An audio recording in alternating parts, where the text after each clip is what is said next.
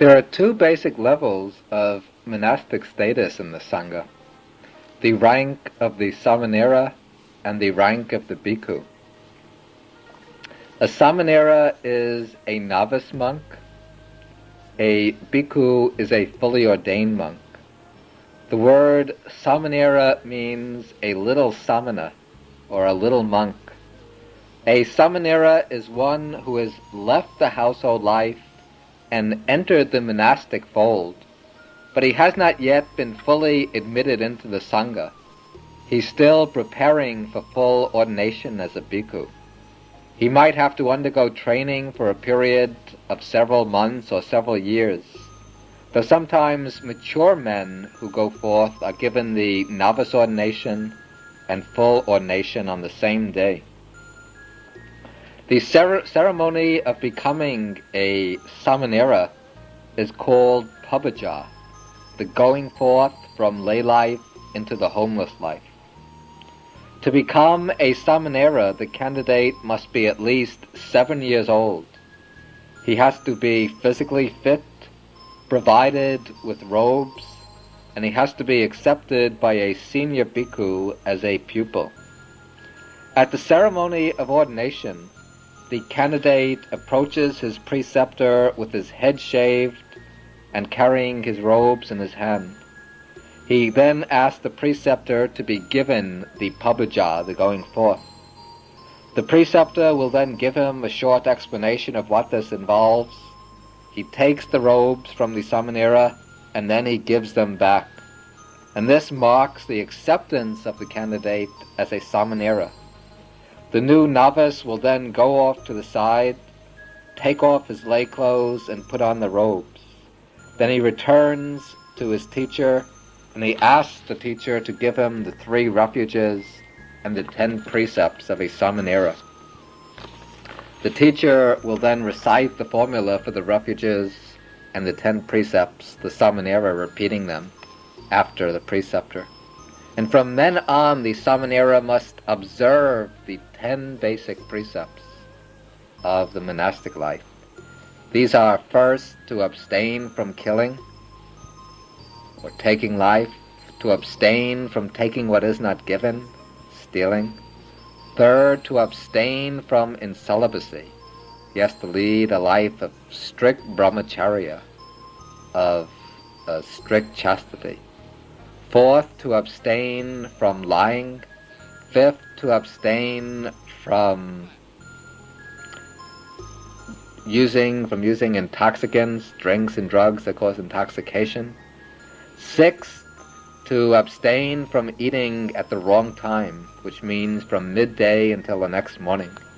The monks take their food between dawn and midday, and from midday until the next dawn they don't take any solid food, but only liquids, drinks. Seventh, he has to abstain from singing, dancing, musical instruments, and from unsuitable shows. Eighth, he has to abstain from using ornaments, scents, garlands, and perfumes that beautify the person. Ninth, he has to avoid high and luxurious seats and beds. And 10th, he has to abstain from accepting gold and silver, from accepting money.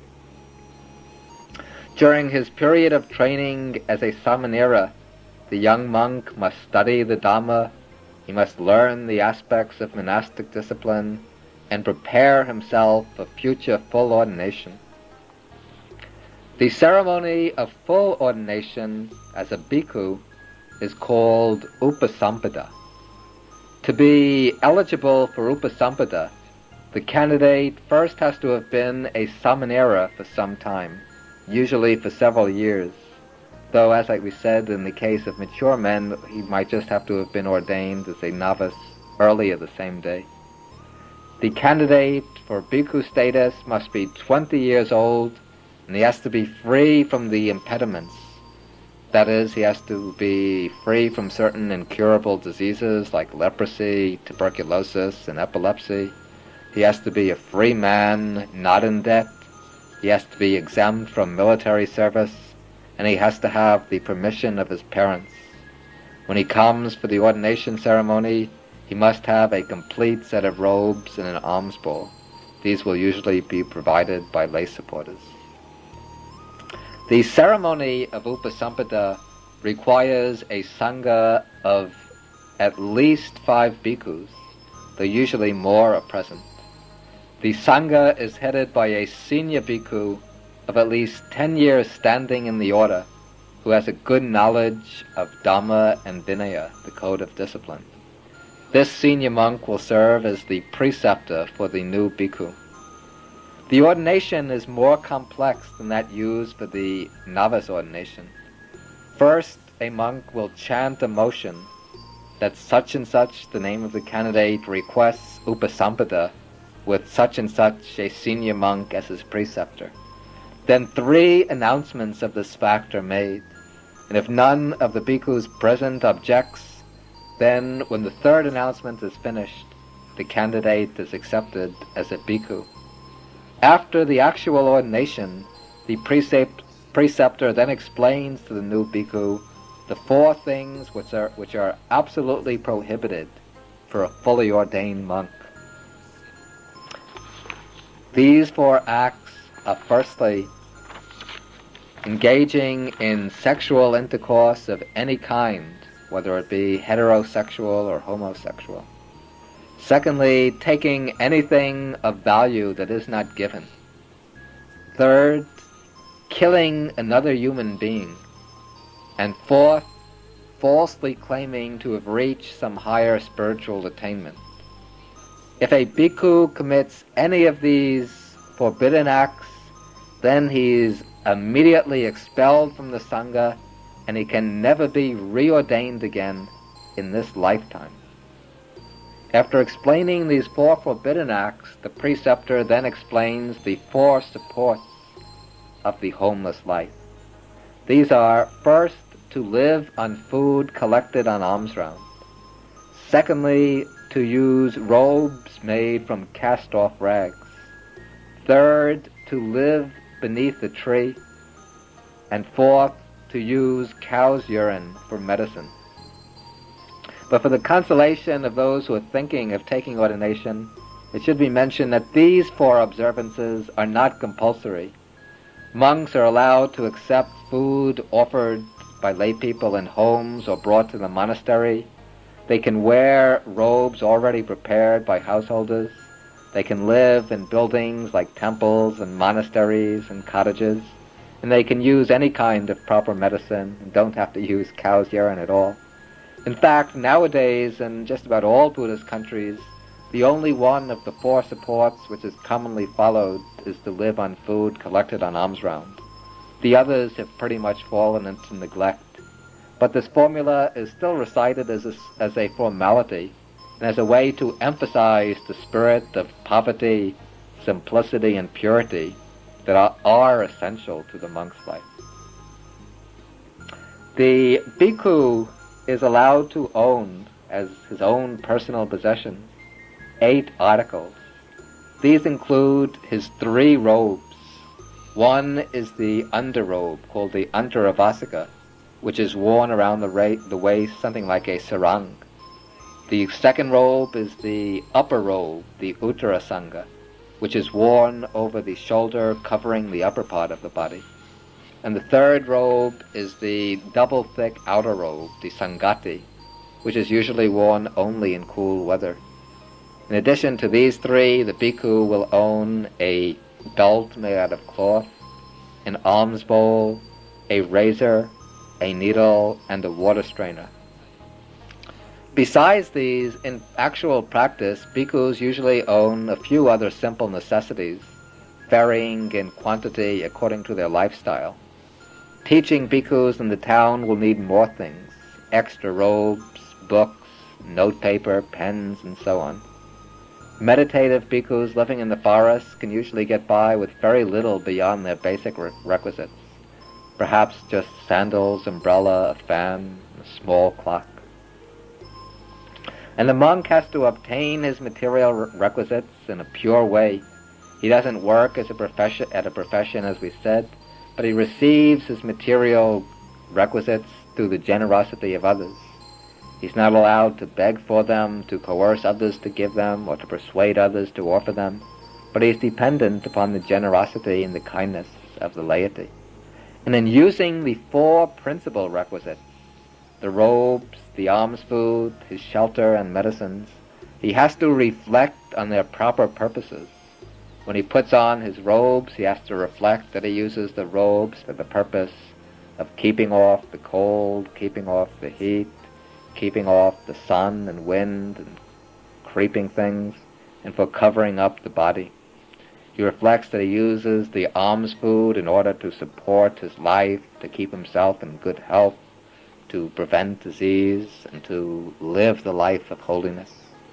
He reflects that he uses his dwelling place, his shelter, to keep out the cold and heat and mosquitoes and gnats, and in order to protect himself from the weather. And he reflects that he uses medicines for the purpose of keeping off disease and for the maximum of health and well-being. Life in the Sangha is regulated by a body of rules called the Vinaya. The word Vinaya literally means leading away. That is, it's the code of rules that leads us away from wrong actions, wrong deeds of body and speech. The Vinaya is contained in the part of the Tripitaka called the Vinaya Pitaka, the Book of Discipline. And these books set forth the precepts of monastic life. Some of these precepts are moral in nature and concerned with the fundamentals of spiritual development. Others are principles of etiquette more than morality, which help to establish harmony between the monks themselves and between the Sangha and laity as a whole. The heart of the Vinaya is the code of 227 rules called the Patimokkha. These are the backbone of monastic discipline. The rules of the Patimokkha are classified into several categories of differing degrees of moral weight. The most important are the four parajikas, the four prohibited acts we already mentioned: sexual intercourse, theft, killing another human being, and making false claims to spiritual attainment. The violation of these rules leads to defeat, to expulsion from the order. 13 other rules of a somewhat lesser degree of gravity lead to a period, if they're violated, they lead to a period of penance with a temporary suspension of monastic privileges. The remaining rules vary in importance and in the consequences that are entailed when they're violated. But for good monks, it's important that they try to keep all the rules as scrupulously as they can. All the rules might not seem to be extremely serious, but the problem is that once a person starts breaking minor rules, it's often only a matter of time until he starts to break major rules. Therefore, the guiding principle for a monk who's serious in following the Buddha's path is to try to maintain and protect all the rules to the best of his ability. The foundation of the higher stages of spiritual training is moral discipline. And for a bhikkhu, the background or backbone of his moral discipline is the Patimokkha. The Patimokkha is recited by the Sangha together at a ceremony called the Uposatha, which is held on the day of the full moon and the new moon in each lunar month. And it's held in the monastery whenever there are at least 4 bhikkhus living together. Before the ceremony takes place, the bhikkhus meet and confess their transgressions to one another. Then they all sit together, just separated by a few inches from one another, and one senior bhikkhu in the group will recite the Patimokkha while all the others listen. And while it's being recited, if any monk remembers any transgression he's committed, then he will confess it before the group as a whole. Another special occasion of monastic life is the Vasa. The Vasa is a period of 3 months coinciding with the rainy season of India, That is, it lasts from the full moon day of July to the full moon day of October. And during these 3 months of the Vassa, the monks take up residence in a single dwelling without traveling outside, except in special cases, except in emergencies, or if their presence is required someplace. And the rule requiring the bhikkhus to observe the Vassa was made by the Buddha because of the conditions in India during the time of the rains. When the rains fell, the earth would teem with vegetation, and insect life would become very abundant. So if the monks traveled around a lot, they would trample on the crops, kill insects, and ruin the people's fields. In order to prevent this, the Buddha laid down a rule requiring the monks to stay at a fixed abode for the period of 3 months. During this time, the lay people would provide them with their requisites and take care of the monks with great solicitude. And even now, even in countries where the rainy season doesn't come during this 3-month period, it's traditional for the bhikkhus to observe the retreat of the Vassa. And during this period, the bhikkhus will devote themselves with special energy to their own spiritual work. The scholar monk will devote himself with special energy to study, the meditation monk to meditation, the literary monk will devote himself to writing. Each one will make a special effort to perfect himself in his own field during this period. At the close of the Vassa, the bhikkhus will assemble and hold a ceremony which is called the Pavarana. At the Pavarana ceremony, each monk invites the other monks in the community to point out any wrong actions he might have committed during the Vassa, and to ask for the patience and forgiveness of the other monks for any wrongs he might have committed. Then, when the Pavarana is finished, then the Vassa is at an end. And usually, soon after the Vassa ends, within a month after the end of the Vassa, a major ceremony takes place bringing together the laity and the Sangha, kind of symbolic expression of the unity of the Buddha's followers. This ceremony is called the Katina ceremony.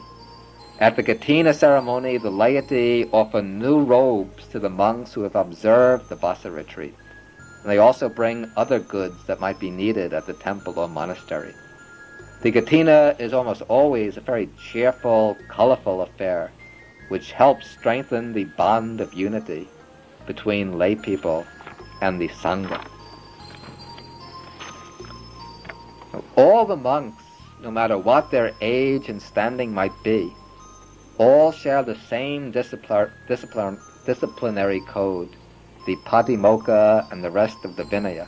And all the monks are guided by the same training, the training in moral discipline, concentration, and wisdom. But beyond this, the members of the order divide into 2 basic types as they follow one or another of the 2 careers which are laid down for bhikkhus. One of these is called the Gantadura, the career of books, the path of study. The other is called the Vasadura, the career of practice, the direct path of meditation. The 2 careers are not absolutely exclusive. Ideally, there should be a certain synthesis of the 2, and often we find that monks who follow the study of scriptures usually do some daily meditation, while monks who follow the path of practice often have some proficiency in the scriptures. But generally there's a tendency for specialization.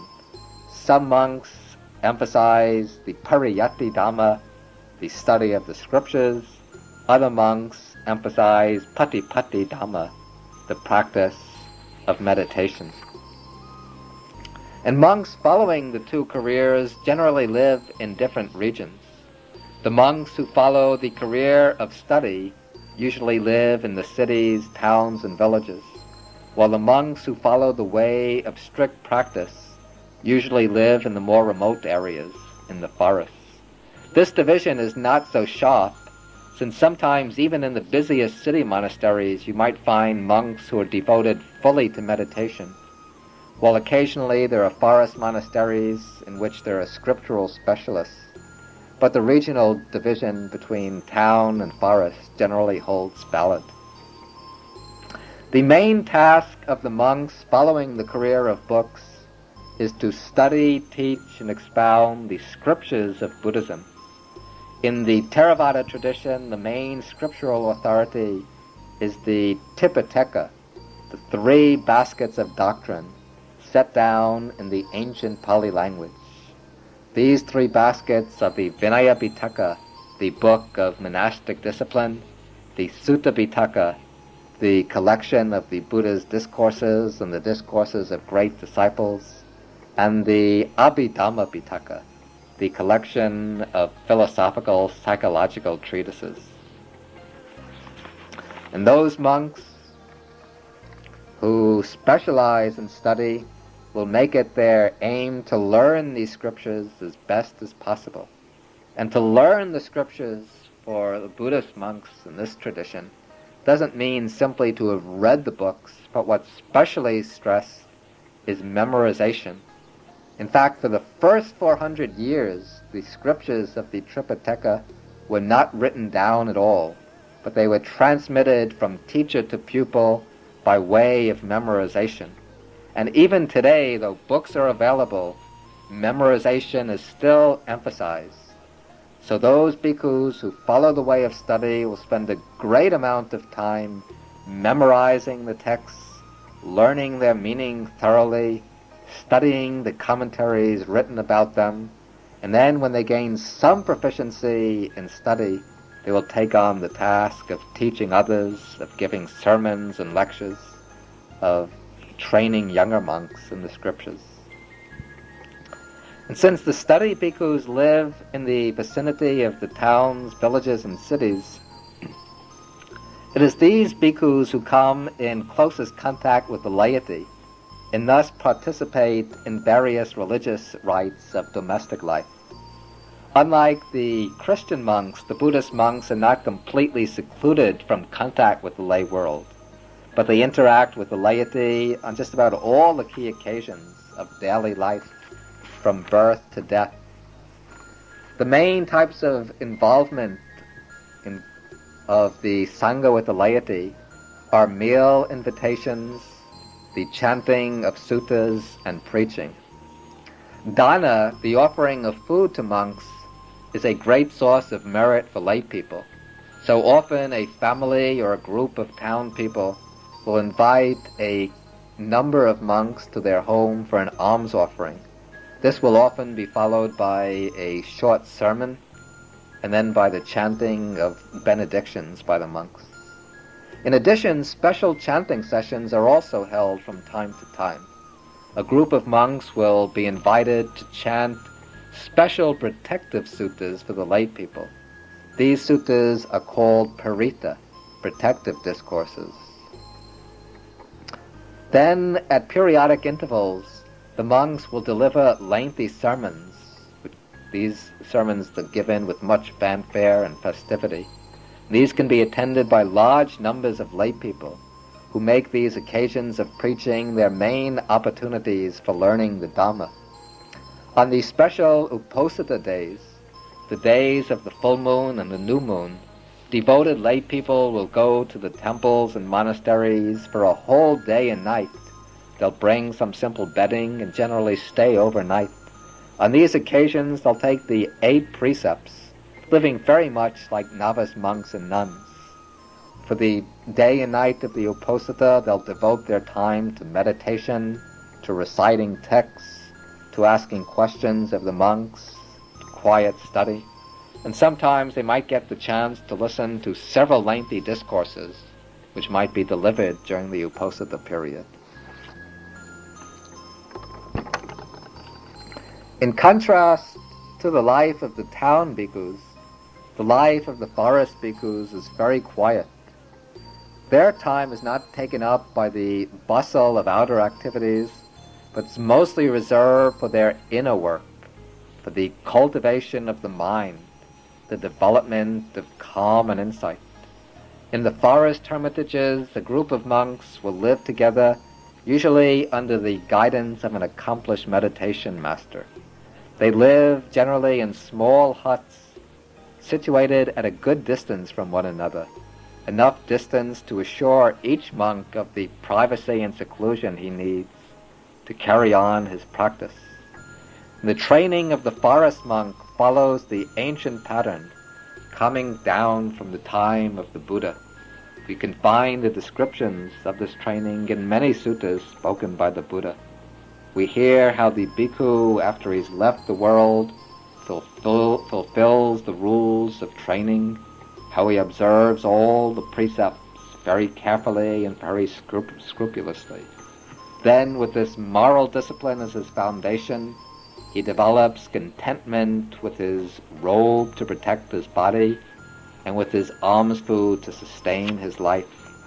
And it's said that just as the bird goes about with its two wings and lives completely content only to have its two wings, so the monk goes about content simply with his robes and with his alms bowl. Then, having developed this contentment, this mind of simplicity, the monk applies himself to control of the senses. When seeing forms, hearing sounds, experiencing any sense objects, he doesn't let his mind be attracted by the desirable sense objects, but he develops strong control over the senses, keeping his senses under the command of his mind. All of his actions he performs with mindfulness and clear comprehension. He's mindful when going and coming, when looking forward and looking around, when bending and stretching, when eating, drinking, going to the bathroom, standing, sitting, falling asleep. In all activities he practices mindfulness and clear comprehension. Then he goes off into seclusion, sits down, crosses his legs, keeps his body erect, sets up mindfulness before him, and purifies his mind of the 5 hindrances, clears the mind of lust, of ill will, of laziness and drowsiness, of restlessness and worry, and of doubt. Purifying the mind of the 5 hindrances, he tries to develop the jhanas, the absorptions, and with the absorptions as a base, he develops insight and realization. This is the path of the contemplative monk laid down in the suttas, going back 2,500 years, and in the forest monasteries of South and Southeast Asia, the same way of life is followed today.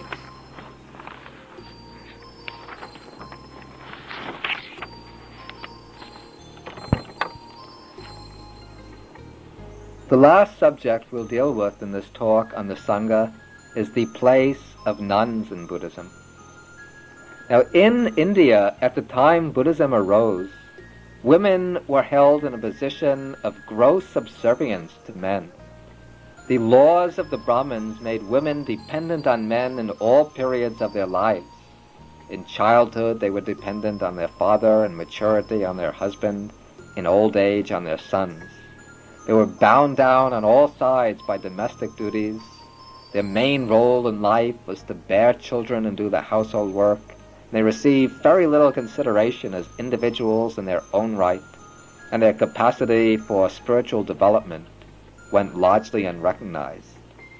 And it's against this background that we have to view the Buddha's move in creating a Bhikkhuni Sangha, an order of fully ordained nuns. As we will see, the Buddha himself hesitated to permit women to enter upon the homeless life. And when he agreed to do so, he had to lay down several special regulations for the nuns. But these have to be appreciated against the social background of the times. We shouldn't judge them in the light of our own modern egalitarian ideas. In fact, when we consider what the Buddha did for women in the historical context, we'll be able to appreciate the tremendous courage of his action in forming an order for nuns. The order of nuns was established in the early years of the Buddha's ministry. 1 year after his enlightenment, the Buddha returned to his homeland of Kapilavatthu, and he taught the Dhamma to his people, the Sakyas. A good number of them, men and women, achieved insight and reached different levels of realization. His own foster mother, Mahapajapati Gautami, became a stream enterer, and his father, the king of the Shakyans, became a non-returner. Several years later, the Buddha returned to Kapilavatthu to see his father, who was lying on his deathbed.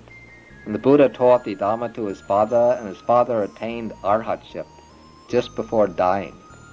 Then after the king's death, the Buddha's foster mother, Mahapajapati, went to him and asked if women might be allowed to go forth into the homeless life.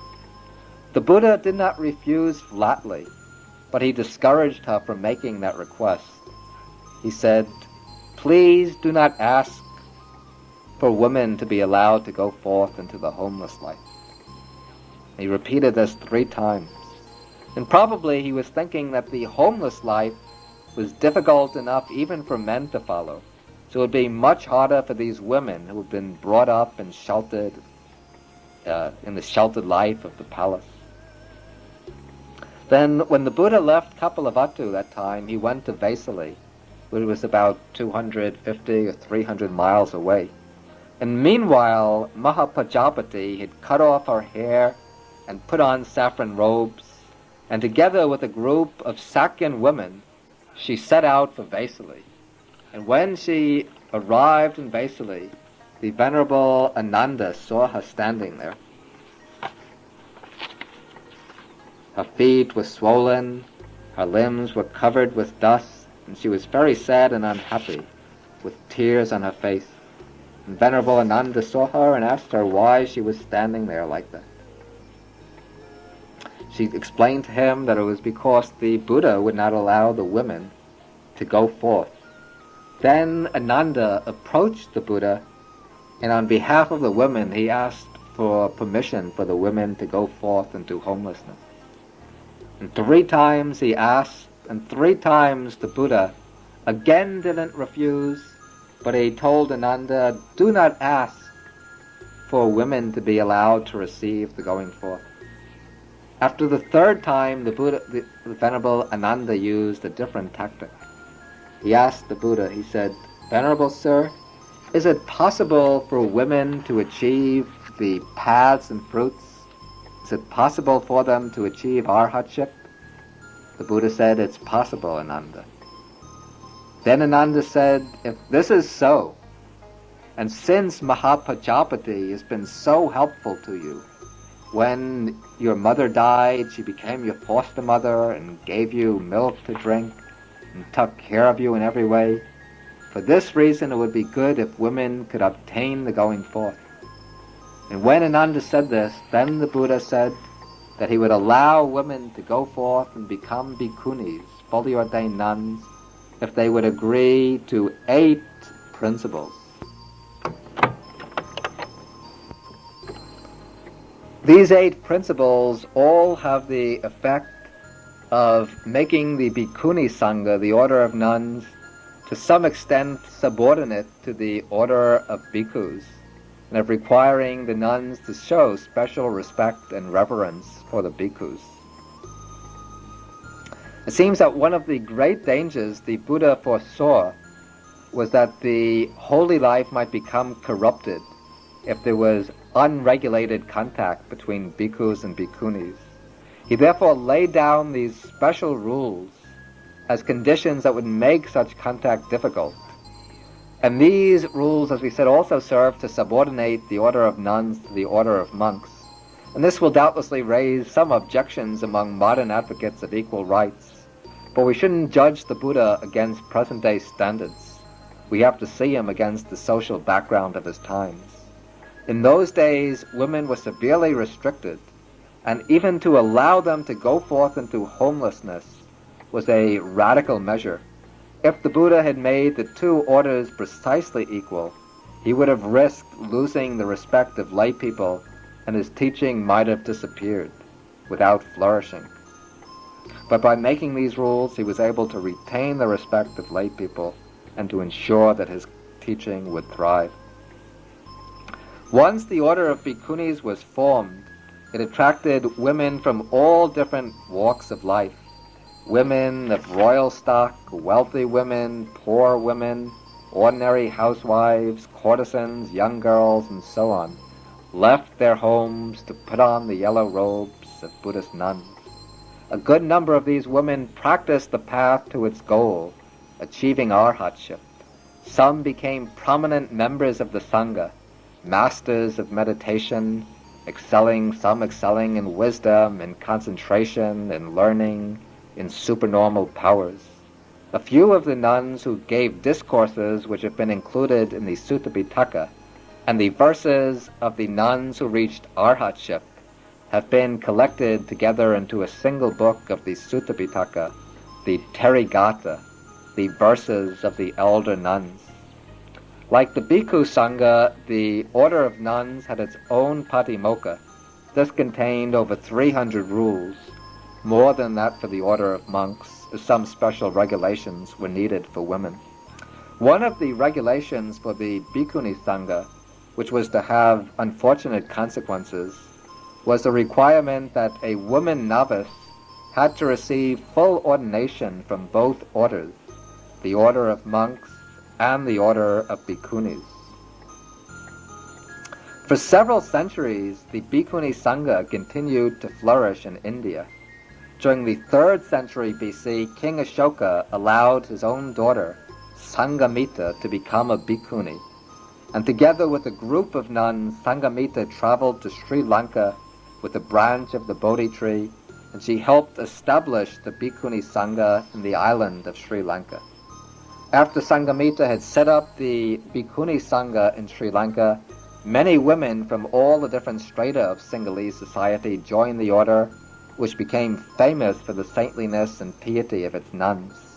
The Bhikkhuni Sangha continued to thrive in Sri Lanka for many centuries, even up to the 10th century AD, and during this period it received the support of the king and the royal government, and the enthusiastic support of the laity.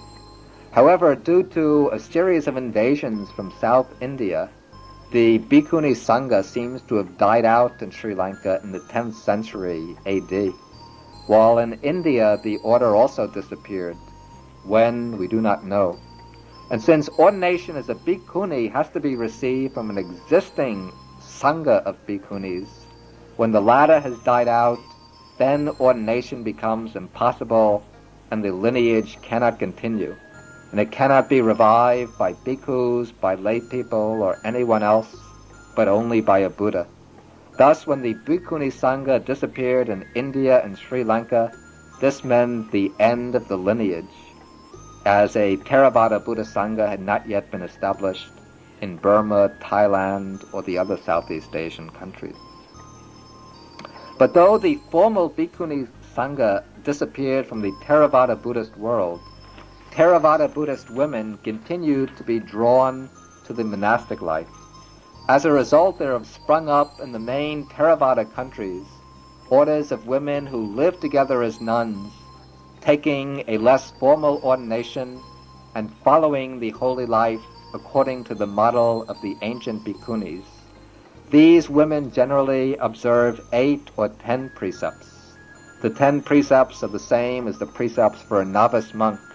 The 8 precepts are obtained by dropping the 10th precept and by joining together the 7th and 8th.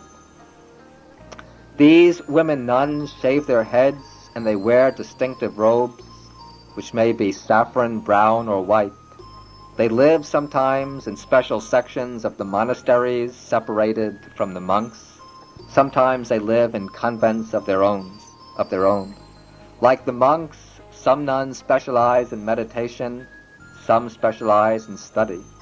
Others engage in social services such as teaching, rural development, hospital service, and so on. Unfortunately, these women are not accorded the same reverence that's given to the monks, so they have to maintain themselves either by their own collected funds or by donations from relatives. Materially, their life can be very difficult at times. However, in the present day, as more attention is coming to be paid to the nuns, popular attitudes are beginning to change. In the future, it may be possible for the nuns to receive the outward support they deserve in order that they can live the holy life in its full purity. In addition, the nuns themselves are gaining a stronger collective awareness, and in the several Theravada countries are beginning to form organizations to improve their status and to increase their means of support. It is to be hoped that these efforts will be fruitful, and that in the present day nuns will be able to regain the eminence they enjoyed in the past and to live the holy life as it was intended for them by the Buddha.